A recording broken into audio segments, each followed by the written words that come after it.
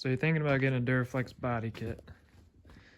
Well, let's take a look at the Duraflex body kit I have, and I'll go through, I'll show you both sides, show you everything that I know about it, which is very little, but it is on my car. So we'll start at the driver's side. This is a fiberglass kit. Most likely just about anything you get that's fiberglass, you will have to do some type of work on. So I have it attached right here with a self-tapper. Come summertime, I plan on putting an actual rib nut there. Underneath, let's see if I can show you that. You'll have to trim underneath here, which I have not done yet either for the video purpose.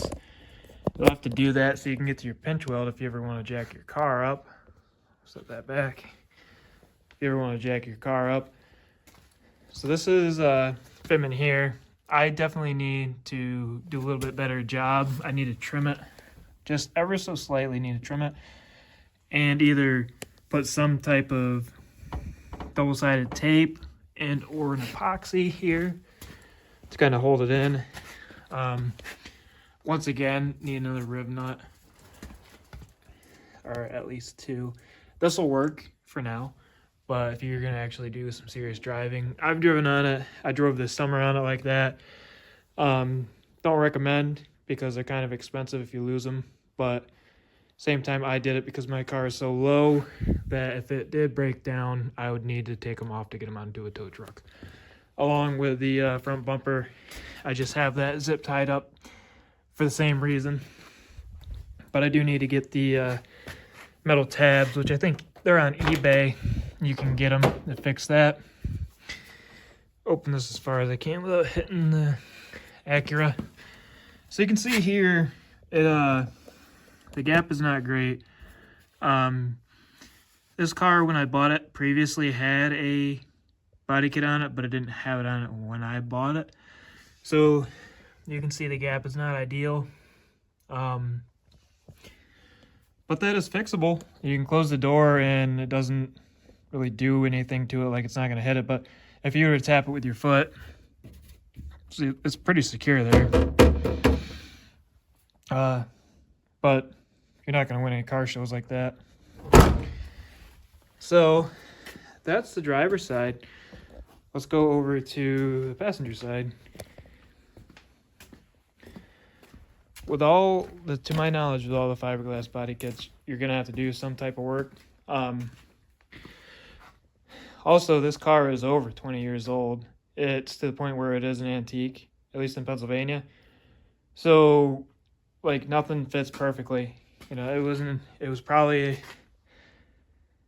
taken apart by many people before me. So, with that in mind, gaps aren't perfect. But once again, just self-tapped in until I can get to it again. With all you see the other cars here. There's an S2000 and RSX. I also bought a trailer. I bought a CRV to all-wheel drive swap the RSX. Although I have no idea when I'm going to get to that. See the body kit's kind of pulled back here. Well, I need to shave that down. So I'm not going to open up the door because it's probably going to rip on that. And I don't know if we'll be able to close it with the S2000 being so close to it. Once again, it could definitely use some rib nuts. I had, as you can see, double-sided tape in here, and it did its job up until I opened up the door and ripped it off. So if you didn't have the actual door trim pieces here, it would probably be okay, but it catches. So if you do buy the kit, expect to do some type of body work, even if it's as simple as sanding. But most likely you will be doing some type of body work, whether it be cutting and putting on either Bondo or fiberglass filler. So if you buy them, just know ahead of time that you're probably gonna have to do that. I'll do a brief overview of the lip. I'll put the lip in the description. this lip, let me just start by, for the price, I have no complaints. I think it's a great lip. All it is just self-tap screws through the bumper. My bumper is fiberglass, it's not plastic. I don't know if that's OEM or aftermarket, but that's what mine is. It has a lot of structure to the bumper.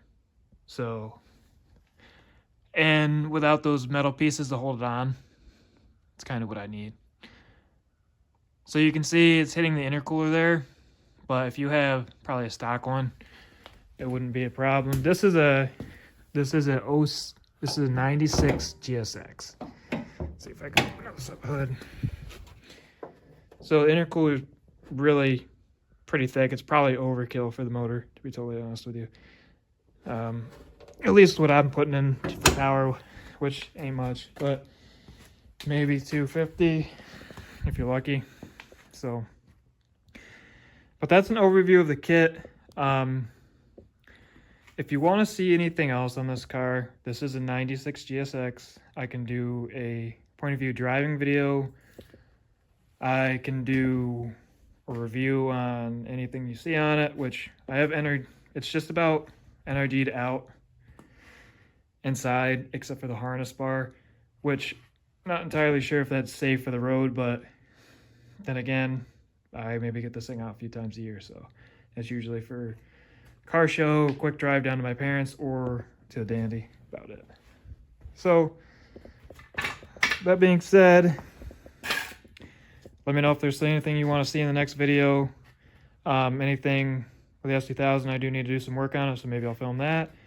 The RSX, I do not have a turbo kit for it yet. I would like to do that. Funds are not really there for that right now, especially having 3 cars. So let me know if there's anything you want to see, and bye.